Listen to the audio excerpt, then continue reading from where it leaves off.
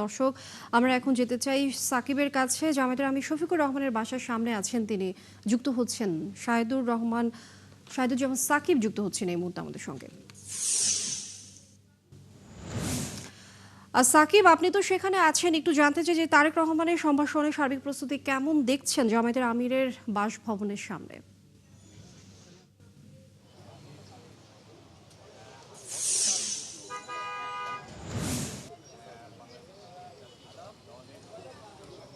লেনিয়া আর অল্প কিছুক্ষণ পরেই বিএনপি চেয়ারম্যান তারেক রহমান তিনি জামায়াত আমির ডাক্তার শফিকুর রহমানের বসুন্ধরার এই বাসায় আসবার কথা রয়েছে। সেটিকে ঘিরে কিন্তু এখানে আমরা আইন শৃঙ্খলা বাহিনীর উপস্থিতি লক্ষ্য করছি, পাশাপাশি সাংবাদিকরাও এখানে আরও অনেক আগে থেকে উপস্থিত হয়েছেন।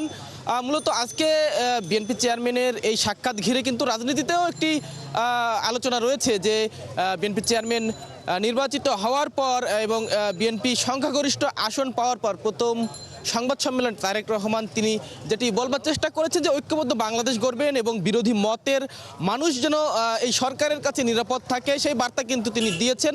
তারই অংশ হিসেবে আজকে যিনি সম্ভাব্য প্রধানমন্ত্রী হতে যাচ্ছেন তিনি এবং সম্ভাব্য বিরোধী দলীয় নেতা যিনি হবেন তার বাসায় আসতে যাচ্ছেন, সেটিকে ঘিরে কিন্তু বেশ আলোচনা রাজনীতির ময়দানে যেমন রয়েছে, বিএনপি এবং জামায়াতের নেতাকর্মীদের মধ্যেও কিন্তু বেশ আলোচনা রয়েছে এবং এটি বাংলাদেশের আগামী রাজনীতিতে একটি ইতিবাচক ভূমিকা রাখবে বলে কিন্তু সকলেই মনে করছেন।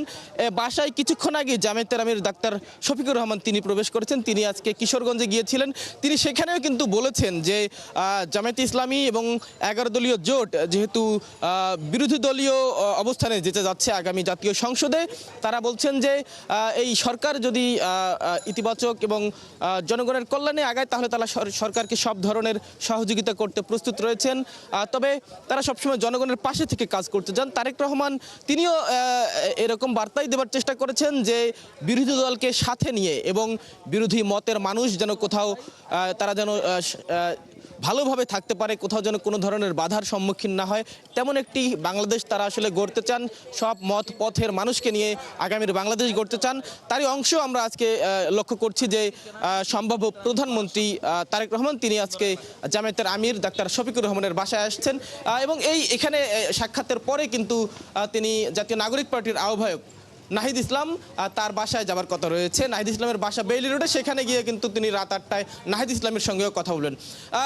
তারেক রহমান তিনি আসলে আমরা হয়তো পরবর্তী সংবাদ সংযোগগুলোতে বাকি বিষয়গুলো জানাতে পারবো। লেনিয়া, শাহিদুজ্জামান সাকিব, আপনি থাকবেন সেখানকার খবরাখবর রাখবেন, আমরা নিশ্চয়ই যুক্ত হয়ে আবারও জানবার চেষ্টা করব সেখানকার পরিস্থিতি।